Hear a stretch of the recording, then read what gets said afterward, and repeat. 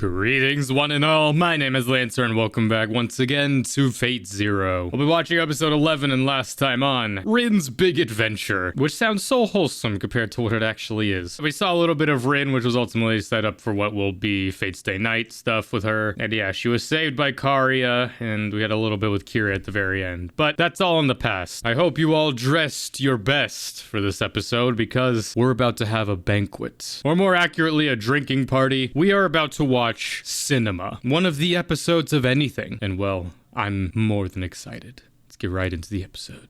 Figured we'd leave this place. It's chaotic. Fucking Canis just doomed the place as well. Wrecked it. Completely burst the barrier. I assume this is right after their conversation. They waited for Kiritsugu to leave before launching a frontal assault. That sudden lightning and that unscrupulous appearance of his. Unscrupulous. Is likely Ryder. But why? Why so soon? Right through the front door. Hello, Saber. Not in armor. I came because I wanted to see your castle. Kind of gloomy here, don't you think? Yeah, that's the Einsburns for you. What's with that tasteless armor? Are you going out to fight someone right now? Tasteless. Why aren't you wearing your fashionable clothes like I am tonight? I would have, but it's in the wash. I'd say I'm pretty fashionable. How dare you call Saber's armor tasteless? I'd say it's pretty tasteful. One of the most iconic armors. I've come to drink. What else does it look like I've come here to do? You know, coming off the end of, I guess, episode 9, wouldn't have guessed that this would be his next play. Let us be off, boy, to then, I've come to drink. This castle is far too dusty to be in. Well, it's because it's very drafty right now. A familiar set piece for Fate's Day Night fans. I mean, this whole castle is. That's cool, especially when Gilgamesh comes here later. Just like, huh. Kind of would have liked if in Unlimited Blade Works, when he is here and he fights the maze, just like, huh, should have brought a drink for old time's sake. The Grail is said to be fated for the hands of the one most worthy to possess it. Obviously, we're not going to see every single second of this war, but I would have loved to see just like the little interactions here. Just like, here, sit. And if it's simply a means to decide that fact, there's hardly a need for bloodshed. If the heroic spirits can agree on our rankings, then the matter can simply settle itself. Who is truly the strongest? Oh. Impressive. As one who also claims the title of king, you cannot refuse this opportunity. You might consider this a Grail Dialogue, rather than a Grail War. That's the alternate title for this episode. Grail Dialogue. I mean, I would have preferred it if it was that, because I love the conversations of this more than the actual fighting itself, though the action is really good. I mean, the alternate titles for this episode, I mean, it's Discussing the Grail, Grail Dialogue, Banquet of Kings. It would have been interesting to actually have, like, a conversation between all of the servants. I mean, I guess we kind of had that in episode 5, but specifically in terms of the conversation that's had here in the perspective of kingship and knighthood, I feel like Lancer would have had some interesting things to say, but we'll get to that. The matter of who among us is most suited to claim the Holy Grail will become clear to us as we drink our fill and converse. I believe Speaking of that kings. is quite enough nonsense. Archer, what are you doing here? I saw him in town, so I thought I might as well invite him to our little gathering. I would have liked to have seen that.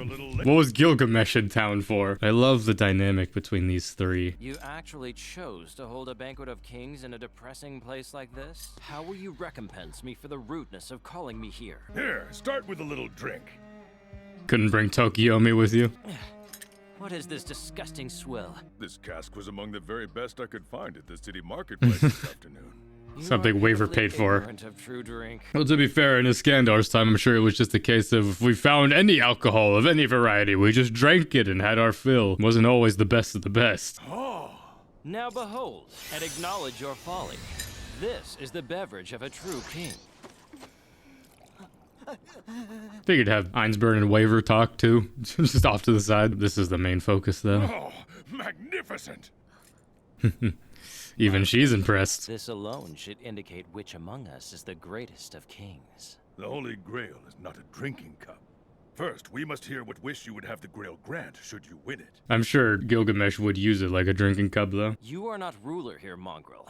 Already you wantonly disregard the time-honored rules, which dictate we fight for the Grail. The Grail already belongs to me. All of this world's treasures, without exception, trace their origin to my treasure house. Even the gold of the earth that has yet to be mined. It's interesting that Gilgamesh said just like the time-honored tradition to fight for the Grail. Just like I didn't realize he cared much for that. It goes to show just like Gilgamesh, there's more to him than meets the eye, obviously. He's more than just a prideful king, just calling people mongrels. I mean, clearly, as we've seen with his conversations with Kirei, every wealth in the world belongs to him, but yet he does desire something greater than that. Which is something, again, I wish Fate Stay Night delved more into, specifically the Unlimited Blade Work stuff. And though I haven't rewatched the Fate Stay Night route in a while, I don't remember it really delving much into his wish. I think it's more just right now. He's still chasing after that apple, the immortality. Then I assume that means you once held the Holy Grail. No.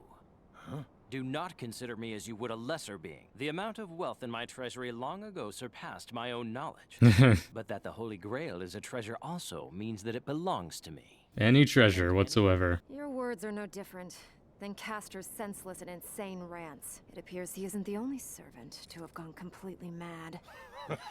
Come, let's not go that far. There is a difference, which, I mean, we'll get more into the shit talking of Saber later, but just that right there, like, she's kind of just tuning both of them out. They are not true kings. Chivalry is true leader of kingship and all this. I mean, it's just already here, just shows the two of them, Ryder and Gilgamesh, though they're kind of clashing right now, they're on the same wavelength. You suggest that if we desire the Grail, we must first get your permission?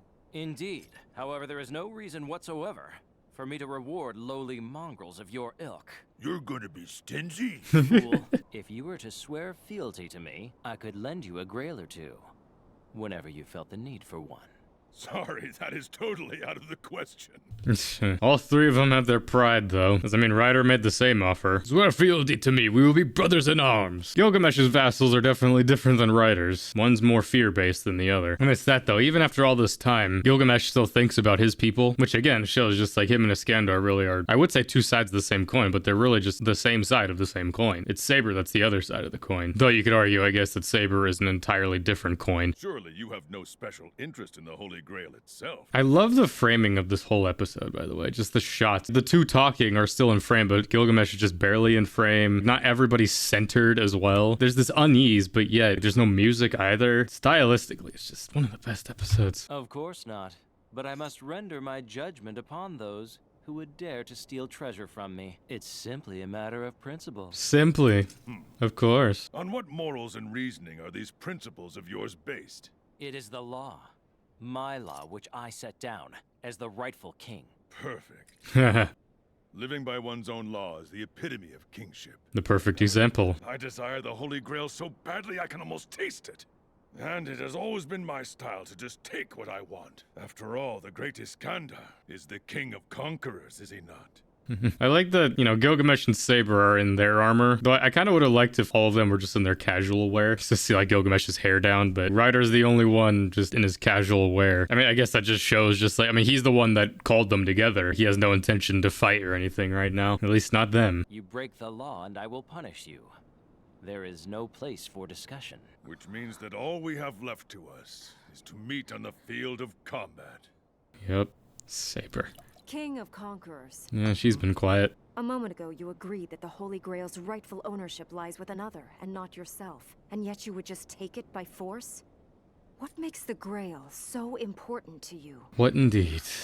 Reincarnation. Wait a minute! Wasn't your goal supposed to be world conquest? Ah!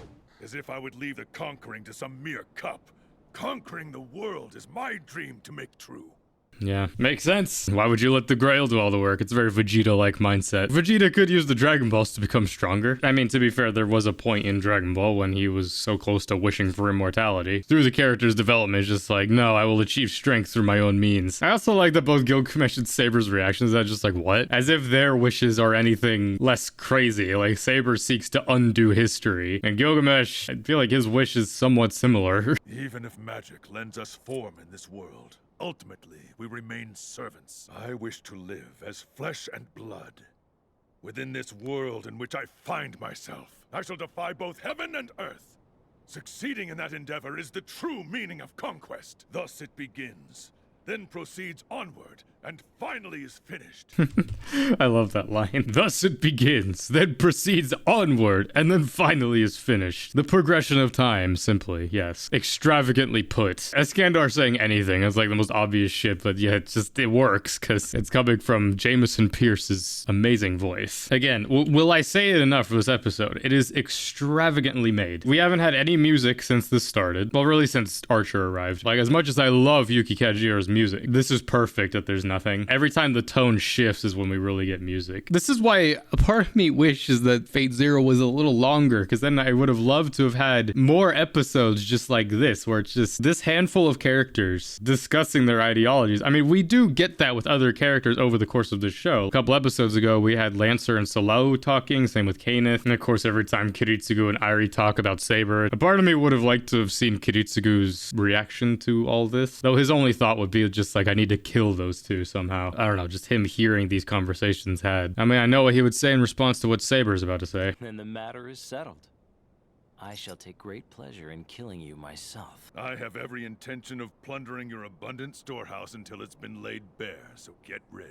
I love that, because, well, to be fair, Gilgamesh, he follows through on his threats. It works in this show just because Fate Stay Night exists, so it's like he has to, but that'll be a discussion for a later episode. It's amazing seeing Iskandar and Gilgamesh. It's like their respect for each other is immediately established here. It's like they both are basically the same. Though they may go about their rule a little differently, they ultimately share the same ideals, which is fascinating coming off of Saber and Lancer, who have a similar level of respect, which I feel like would have been fascinating to have Lancer here too, but obviously, you know, Lancer's not a king, so it kind of disrupts the whole banquet of kings idea. You know, having that knight, that person who serves royalty, kind of there as like a third party to talk about this. I mean, he easily could be shot down by Gilgamesh, just like, a knight has no reason to question his king. You should stay silent. But just for Saber's sake, I feel like he would have a lot more to say in her defense, because Saber's fighting an uphill battle here. That is hardly fitting of how a true king should behave. Let us hear what you would ask of the Grail,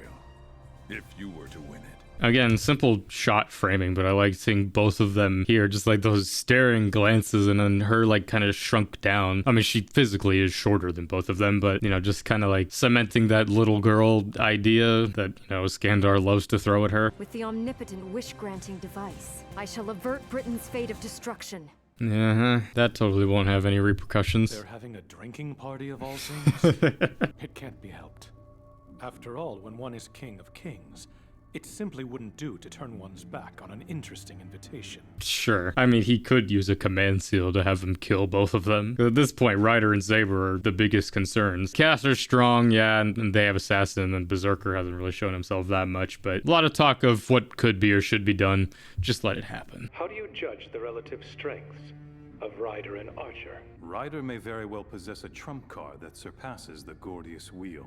With Ryder and his master drinking and their guards down, a better chance to attack them will never again present itself. Even if Assassin is defeated, as long as he can gauge their relative strengths, our objective will be accomplished. I believe it will take roughly 10 minutes to summon all of the assassins. Use a command seal to give Assassin the following order. Be victorious no matter the cost. It's one of those redundant orders, but it makes sense that it's like use a command seal so that they don't run away. We'll talk more about Assassin in a second, but I like that from Tokiomi though. He, more than Kiritsugu, I feel, understands that the servants have their own agencies, that they're gonna do what they wish. Again, the Grail War ultimately is just like these chess pieces. It's kind of the inverse of chess, where it's like you have the king, knights, the rooks, queens. So imagine those main pieces, but they're swapped with the pawns. The pawns can only do so much movement, whereas, you know, a lot of the other pieces can move in many different ways, and of course in the Fate comparison, these pieces can sometimes move on their own. This is one of those cases. I would love to see Fate Zero, but it's played on a chessboard, because I feel like you could sort of play it in that way. Did you just say that you would change fate? Does that mean that you I would wish never to change events long past? Indeed. It was back during your time that this country you call Britain was conquered and fell? When it was under your rule? Correct. And that is why I regret it. Why I want to alter that outcome. Fucking Gilgamesh. You call yourself a king and are praised by all as such? And yet you feel regret? Surely you do not really mean that you would erase the marks that you yourself have left on history. I do. Again, like now having seen Fate Stay Night and all that stuff, it's fun coming back to this because I mean, again, when I first watched this show, knew nothing about Fate Stay Night or any of this. This was my introduction to Saber. Because I mean, in Fate Stay Night, it does delve into this being Saber's wish. More so in the Fate Stay Night route, because I mean, that's where her clashes with Shiro happen in similar fashion to this. Again, Fate Zero does such a better job at fleshing it out. I mean, a lot of the heavy lifting comes from this one episode, but I mean, we've had build up to it up to this point. It's honestly a miracle that Saber still holds this level of chivalry. I mean, that's kind of the poetry of having Kiritsugu be her master, because I feel like Saber could have easily fallen down the same trap that Kiritsugu currently is in, just this needs of the many over needs of the few idea, which I mean, she kind of was that way in her life, where if there were those that went against her, she kind of just abandoned them. Case in point, you know, Lancelot, which we'll get to that eventually. She sacrificed everything for her people, and in some cases, even her people, which is sad because Saber, she means well. She, by all accounts, she's a good leader. It's just she's not a great leader. I mean, that's the whole point of it. King Arthur pulled the sword from the stone. She was just a child, and then from that, she was meant to lead, you know? That's why a lot of it can't be blamed on Saber herself. That shouldn't be what qualifies leadership. Strength isn't what should define a leader. If that was the case, every leader in history would be like the most physically strong man ever. Strength does not equate to wisdom. I just feel like a lot of Saber's leadership came about just like, I wield Excalibur. I meant to be the most powerful knight ever. I also recently rewatched ReZero, and the story in that of Theresia von Astria, who is very similar to Artoria, just, you know, King Arthur, where she was just a girl, but she was blessed with this sword. Now she was meant to lead the nation, basically, and because she had the power of this blade, and well, the results kind of spoke for themselves. They were never meant to lead just because of that. It ultimately led to her family, all those who followed her, and then eventually herself even dying. The results of both her actions and her inaction. So it's one of those cases where you can't blame her, but you also have no choice but to, just because she took up that mantle of leadership. And though it was also kind of forced upon her as well, it could have been done better. But at the same time, fate had it that it's what was going to happen either way. My beloved country, to which I devoted my whole life, was destroyed. Why is my sadness about that strange? Did you hear what this little girl who calls herself King of Knights said? Her beloved country to which she devoted her whole life. For their country's prosperity, a true king should be willing to make any sacrifice. You are wrong. I mean, I'll let Ryder do the talking, but it's just, when I first watched this show, like, I enjoyed Fate Zero, obviously, so much up to this point. I already knew, it's like, this is going to be a special show, but in Mushoku Tensei terms, this was, I would say, the first turning point. Mainly for me, just because I've been a fan of anime up to this point, but it was this absolute moment right here. It just changed my perception of the genre. And this is one of those episodes, truly, that I feel like people need to watch, even outside of Fate, or just anime in general, just because it speaks so much to that, just that blind honor and loyalty to one's country, when rarely will that go both ways with honor like that, especially on that large a scale of a country. The king does not devote himself.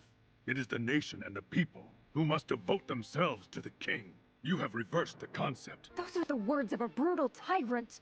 Just so. We are heroes precisely because we are tyrants. Yeah. If a king regrets his rule, or regrets the manner in which his rule came to an end, that king is nothing but a fool, worse than the tyrant you disdain. And there it is. I feel like how you interpret this conversation really shows what kind of person you are. Because I feel like there's definitely people who will hear what Ryder is saying and completely disagree with him. And I feel like obviously there's people kind of like me who will hear what Saber says and disagrees with her. But I feel like there is also people who disagree with both. Just because I don't necessarily agree with the whole like a king needs to be a tyrant, but I do agree with what he'll say in a second just about a king needing to be the greediest of them all. I don't know. I'm somewhere in the middle, but I lean more to Iskandar, where it's just, I understand Saber's perspective and just a king needs to obviously care about his people because a king is nothing without their people. But I also agree with that, just undoing everything you've done. What was the point of any of it then? That's the ultimate disrespect to those who were loyal to you. But just with the whole kings or tyrants thing, that's the interesting thing with these three kings, you know, Gilgamesh, Alexander the Great, King Arthur. Each of them ruled in completely different eras of history. Like, you know, Gilgamesh was, you know, the first hero. He ruled in just like almost a primordial era. You know, Iskandar ruled in a pre-medieval age where the perception of the world was much smaller, obviously, but still, it was almost kind of like the Wild West, but, you know, in the East. And Saber ruled in a time in which the idea of chivalry was really coming about because of her actions. But because of that, this idea of honor almost became almost a coping mechanism for maybe one's actions or even inaction. That's why I don't agree with Saber or even Lancer's idea of honor. I mean, more so Lancer's just because I get where he's coming from. It's more of a a personal idea of honor, whereas Saber, she was so honorable towards her people that she just blindly assumed that the people felt that way towards her as well. Which, I mean, that blindness ultimately led to her own son leading that invasion against her. Your reign ended with all your heirs slain,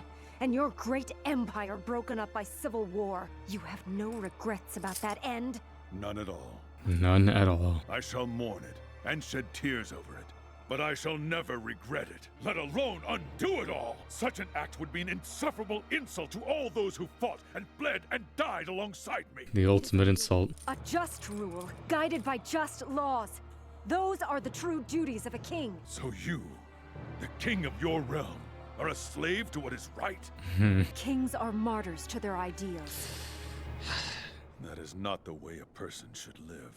And there it is again. Speaks volumes. Like, there's definitely a part of Saber that I don't even feel like she fully agrees with what she's saying. Just up until that part, you know, just like kings are martyrs to their ideals. I feel like that goes against everything that a king is, you know? The king must live, set a right example. I do like that from Iskandar, though. He'll never regret his actions. That doesn't mean he won't mourn them, you know? But more so, he's mourning the people who served him, you know? The people who gave their lives for the king. He mourns them because they were so devoted to him. But that mourning is also thanks. It's so powerful. I kind of would like if Gilgamesh like put in his own 2 cents instead of just laughing at her. But I mean, him just laughing and being like, you feel regret? He's not saying anything to Iskandar. I mean, Iskandar's doing the talking and he agrees with it. I feel like where Iskandar and Gilgamesh differ, though, is I feel like Gilgamesh is less forgiving, at least during his time, for those who went against him. They both, I feel like, had the thing of just like, you can do whatever you want. It's just devote yourself to me. And if you go too far, you'll be punished. But poor Saber.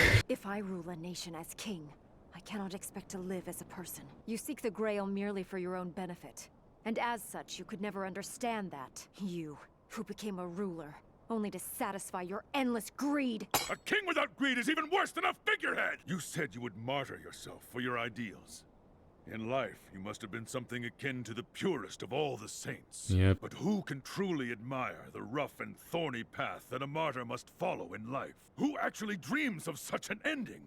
I get Fate Zero was made after Fate Stay Night. But God, I wish any of this carried over to Fate Stay Night at all, because she goes through this and she does even remember all these conversations at the very end of this show. But yeah, we go into Fate Stay Night and she's still just in that idea, just like, nope, I'm gonna undo it all. I will give that to the Ufotable adaptations at the very least. It does feel like this conversation still happened and it still has affected her. Though, of course, that kind of results in it just not being addressed at all. At least it's not in the Fate Stay Night route where it's just, it feels like this conversation never happened. Here comes one of the best monologues. A king must be greedier than any other.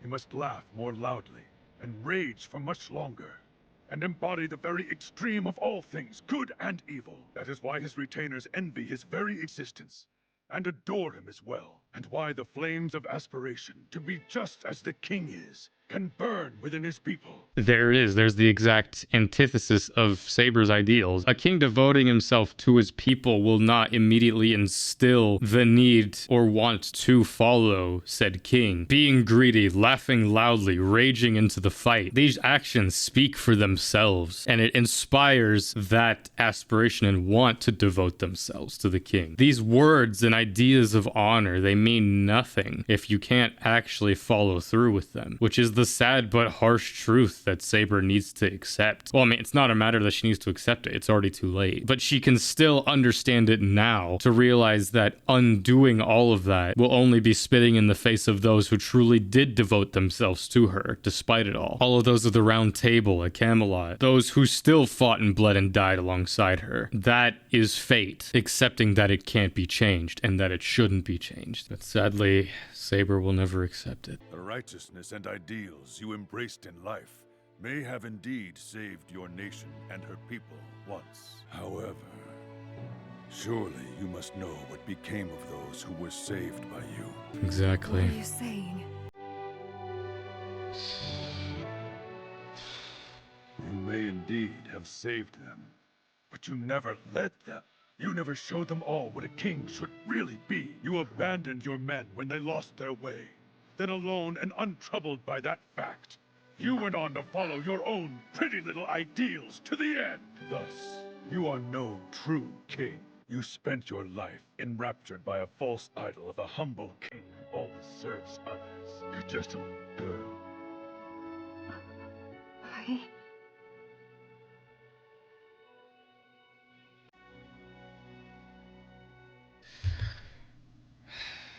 It still hurts.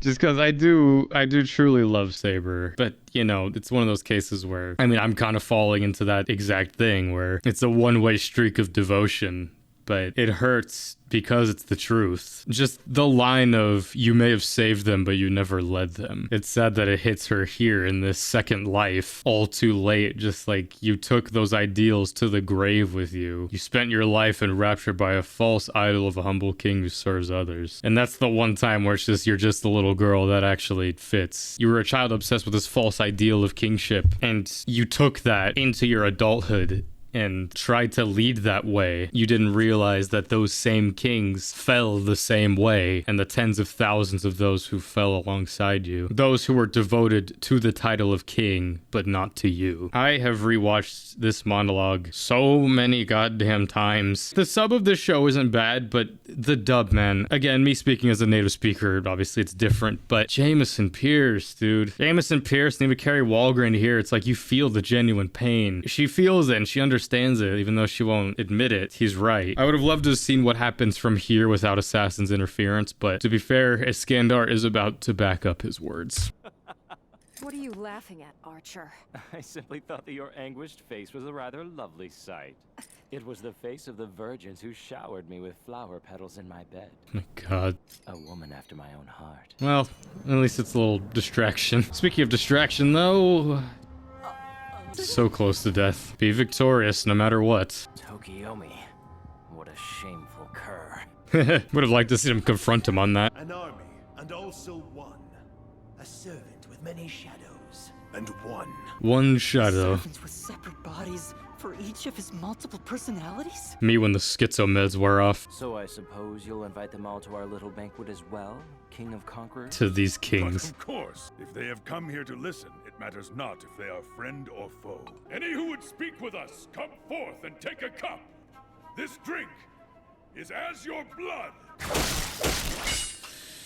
And you spilled it. As I said, this drink is as your blood. You insist on spilling it here tonight. Then so be it. So be it. Saber, Archer, here is our banquet's final question. Does a king always stand alone? The king Would have liked to heard his must answer. indeed be alone. Always! No. I suppose I'll just have to show you both right now exactly what a real king is all about when faced with an adversary like this one. After everything, you still say that, Saber. Welcome to my domain. Welcome to the Sahara. A reality marble?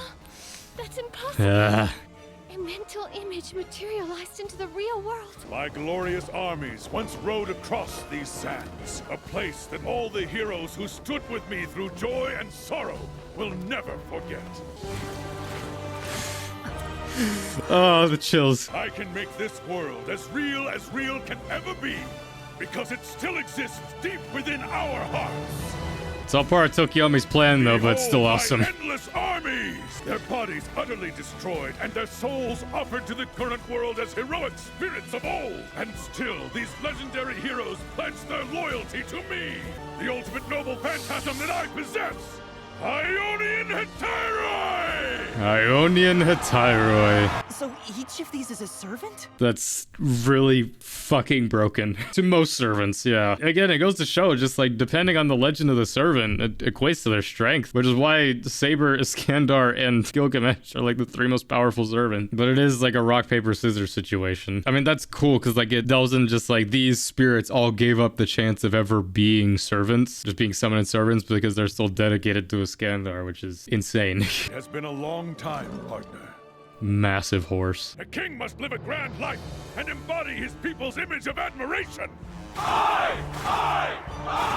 He who is worthy of all heroes' envy, and he who leads their way, that is a king. Therefore, the king is not alone, for his will equals that of all who would follow him to his ultimate glory combined. Case in point. Shall we begin our battle, assassin? Is there even a point? You're under command seal. Annihilate them! The fact that Gilgamesh stays sitting.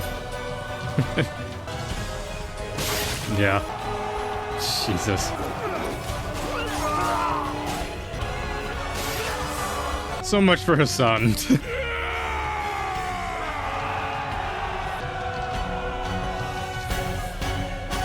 Well, that is just one of the best scenes ever. Coming off of that, it's just like, it'd be one thing if Iskandar just said all that to Saber, but he said that and then immediately proved his entire point. A king must live a grand life and embody his people's image of admiration. I don't think it gets much more inspiring than that.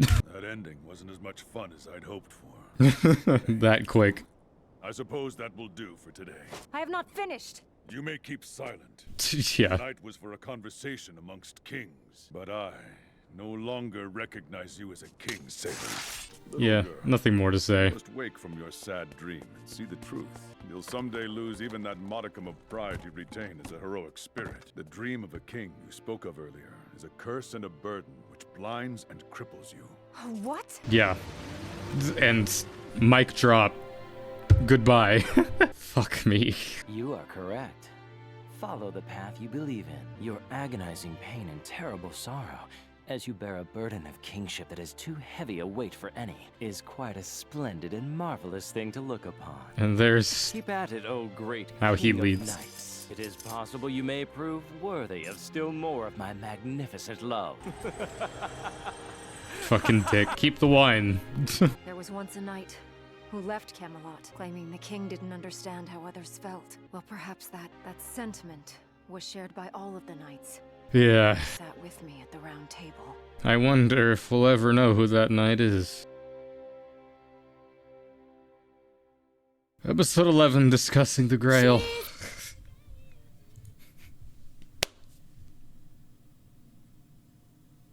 Well, that was episode 11 of Fate Zero. It's always a toss-up between this episode and episode 24, in which I can't decide which is my favorite. This episode, because of the dismantling of Saber's ideals and that amazing display from Iskandar, is amazing, but episode 24 is all about Kiritsugu, which I kind of hold them on equal playing field. It is... oh my god. I'm looking into getting the original light novel of Fate Zero just so I can actually read it. I would love to know how that plays out in the light novel. It's a masterclass of writing. Are you kidding me? The more and more I hear people talking about Fate Zero, like, though there's obviously a good amount of people like me who enjoy it and say that it's the best Fate. I mean, more than that, I say it's one of the best anime, period. I think a lot of it does come from the fact that Fate Stay Night sets a weird precedent for them and what the series is about, when in my opinion, this is better than all of that. You can tell me as much as you want that the Fate Stay Night visual novel is the best thing. I don't care. I don't care about a novel that is over 100 hours long that is basically porn. This gets to the point so much faster, and I feel all of it. It's such a whiplash of emotions as well, just because you have the majority of the episode being that, the destruction of Saber's kingly ideology, and then that with Iskandar, just like Ionian Hetairoi. It does suck though, like that moment is a little tainted just because, you know, it's just like this is exactly what Tokiomi wants. For all the assassins to be massacred, for them to see Ryder's ultimate power, which, yeah. Which of course will play into episode 23 when we get to that with Gilgamesh later, but I really would have liked there to have been more interactions between Saber and Ryder after this, just more just like a one-on-one conversation. But I mean, that at the end though, Ryder's just like, I no longer recognize you as a king, which is basically saying just there's no need for us to talk anymore. Fuck me. I knew this would happen. I've been recording for over an hour of just this one 20-minute episode, and there's probably going to be more of that to come just because I love this series so much. That episode only gets better. It's an episode where it's just like, yeah, I can watch it on its own, but it also works watching everything from the show up till that point as well, like building towards that inevitable conversation. And well, I have to watch 2 more episodes today. Honestly, if you're watching this and you're commenting, let me know down below what your takeaway is from this episode. Because ultimately, this kind of became a video essay more than a reaction, but that's kind of what it is at the end of the day. Overall, it's one of the best episodes of any anime, period. And it's 3 people talking. 3 kings, servants in this show about a Grail war and fighting. It's cinema. And well, there's going to be more of these conversations to come. And this is just setting up for a lot of other stuff to come in the future. But either way, this is my reaction to episode 11 of Fate Zero. Join me next time for episode 12. Everything else will be coming out soon. Until next time, I'm Lancer. Thanks for watching.